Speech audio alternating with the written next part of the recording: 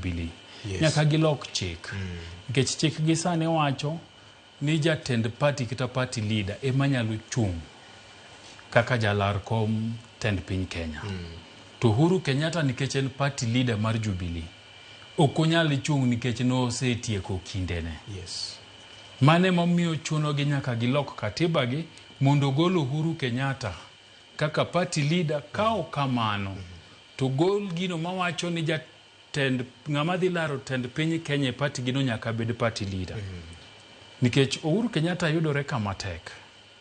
Nikech kano kel katiba ni temo ga wach ni ng'ato kosebedo president ng'enyne nwang'ie gi hik Moi gi hik Kibaki. Iyudo ka gin jok mosejonyo. Magi madwa kete ni pod odwa ringo ka gi kacha kogo debe onge. To ayudo ka Uhuru Kenyatta retire ka koreko jahigni ka ni 62. William Ruto bro tieko ka higni 64.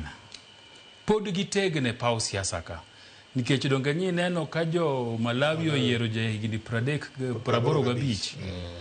To kata mna Uganda ka Museveni donge ja 82 to pod dwa nuore mara kiani nyadidi.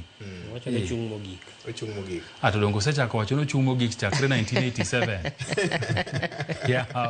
Higni 40 Paul Biya mar Cameroon. Chung pile. Awinjo tindi nini mnagi wheelchair to pod dwa chung. Ma nyithinde makoro wacho ni oyo jowete. Kik uyier wuon wani. Onge gi nafas mar budho gi nyikwaye. Mano wacho ni chung ochwere. Bas, koro ni temo ng'ini jok mana pano loso katiba ne ng'iyo ni ng'ama chung president en ng'ama hiko seniang makitieko to onge. Koro mae maketo Uhuru Kenyatta kama tek.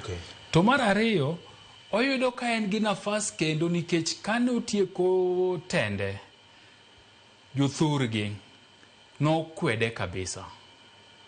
Mokone ni dhi tugu kucho okwadwari wan wang'e wi William Ruto motemo sagi. Mokone gi ni ng'ani ang'eyo ng'ani asetiyo godo ok bibedo maber nuka kutimo cha kinyalo paro buro manen godo Sagana. Dok chanen mar jo Mount Kenya ok mar jo Kenya. Ok mar jo. Emomiyo na koni ni NDC gini nyiwinje ko bae dhog gi miwuore ni to bende en national koso en mar regional. Koro en gi nafas e platform no.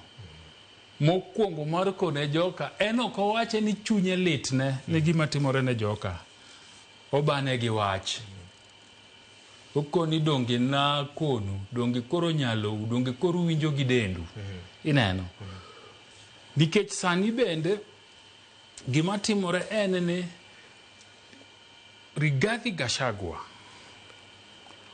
Uhuru Kenyatta pok ong'wonone kalure gi gigo manowacho gi manotimo tok ka gisekawa ng'owa telo.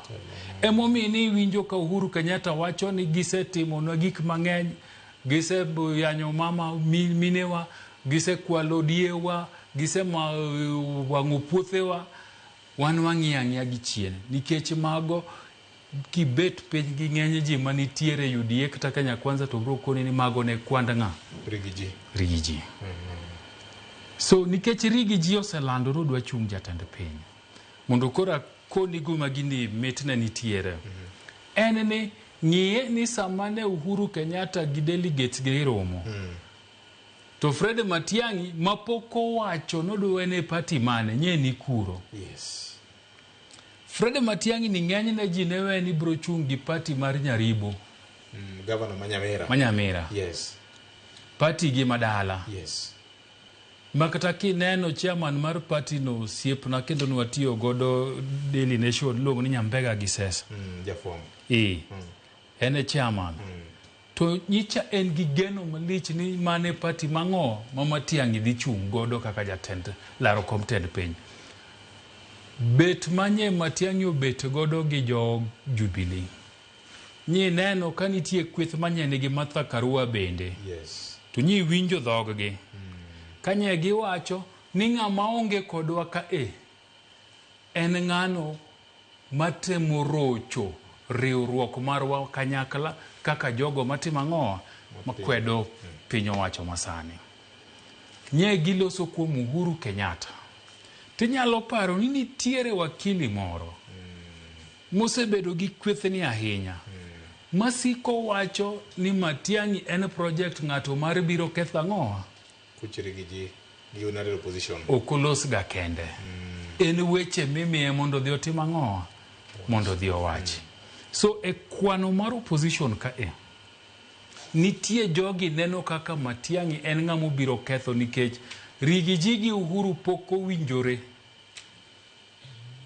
to kori neno ni Matiang'i dwa chung'e Jubilee ka nikech Jubilee Uhuru Kenyatta gi based on gik manowacho chon to gi gik matimore nitiere kweth mabro winje masawa kama bro koni ni wacho no adiera ni ng'ani rach waneno gimotimonwa to ka kori kelo no bwana ne ing'e gima ber to dhi pogo kura marigi ji dhi timo ng'o dhi godo kwana United Opposition kucha ni an magi mawuotho go ineno emomiyo kwand Uhuru Kenyatta en ariyo mokwongo en mar mondo mbi mare masawa cha uduogi kaluwore gi gik manowacho mondo ji owach na adiera ni wacho na tok nwa winji Uhuru ine rais mochweyo to mar ariyo en ni mondo mai Matiang'i platform maka joko penje nikech penjo mokwongo mane rigi ji openjo kane Matiang'i oduogo kono dwa chung to do penjo ni to kuche adi Kisigeth kuthurge